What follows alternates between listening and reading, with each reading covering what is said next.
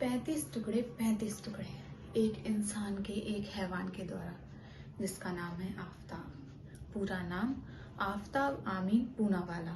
जी हाँ, जो केस मैं आपको बताने जा रही हूँ, हो सकता है इसे सुनने के बाद आपका प्यार पर से पूरी तरह से विश्वास खत्म हो जाए। ये जो केस है हाल ही में दिल्ली में सामने आया है, जिसमें 28 साल के आफ्ताब ने अपनी 26 साल की गर्लफ्रेंड श्रद्धा वालकर का मर्डर कर दिया।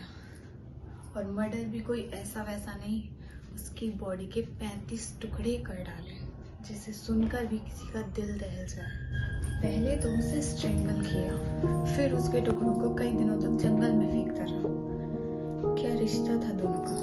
पुलिस को ये सब कैसे पता चला? ये सब जानकर आप भी सोच में पड़ जाएंगे।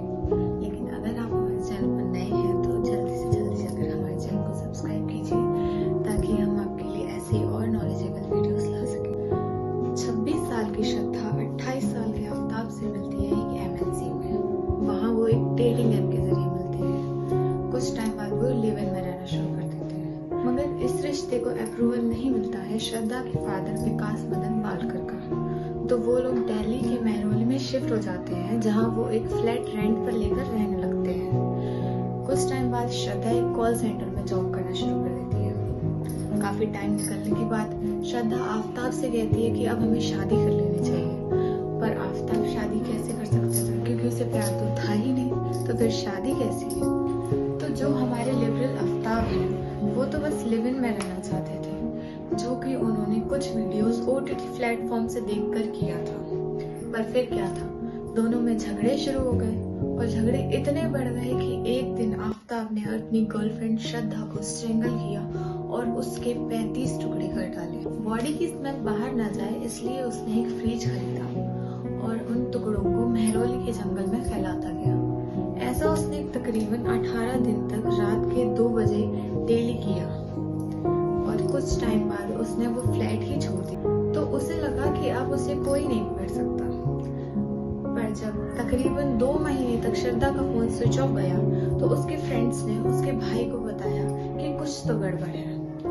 जब उसके भाई ने श्रद्धा के फादर को ये बात बताई, तो उन्होंने दिल्ली में जहाँ वो लोग रहते थे महरौली आए, और जहाँ उन्होंने रूम पर लॉक लगा देखा, तो उन्होंने महरौली की पुलिस स्टेशन में कंप्लेन की, और कॉल रिकॉर्ड्स के जरिए पुलिस ने आखिरकार आफ्ताब को पकड़ ही लिया।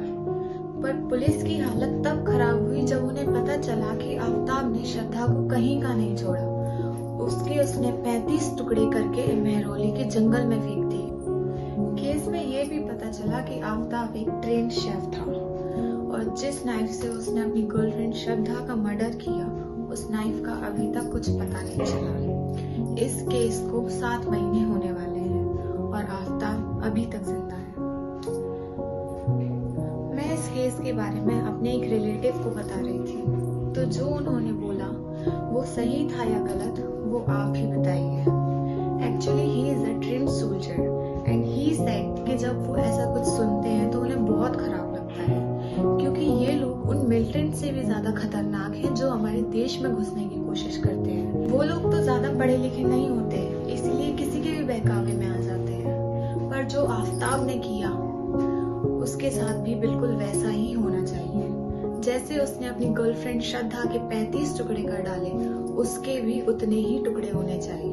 एक आदमी में जितनी हड्डियां होती हैं, उन्हें फेंकना नहीं है, बल्कि उन्हें एक चूल्हे में डालकर उसकी राख से उस जमीन की लिपाई करनी चाहिए, और जब उस जमीन पर कोई पैर रखे तो उसकी रूह कांप उठे, और उसे भी एहसास हो कि उसने क्या किया था। बाकी आप सब समझदार हैं। जब आप अपने पेरेंट्स की बात नहीं मान सकते, जिन्होंने आपको 18, 20, 26 साल तक पाला और इतना बड़ा किया, जिन्होंने आपकी ख्वाहिशें पूरी करने के चक्कर में अपनी ख्वाहिशें दबा दी, तो फिर आप कैसे उम्मीद कर सकते हो कि वो एक रॉन्ग डिसीजन में आपका साथ देंगे?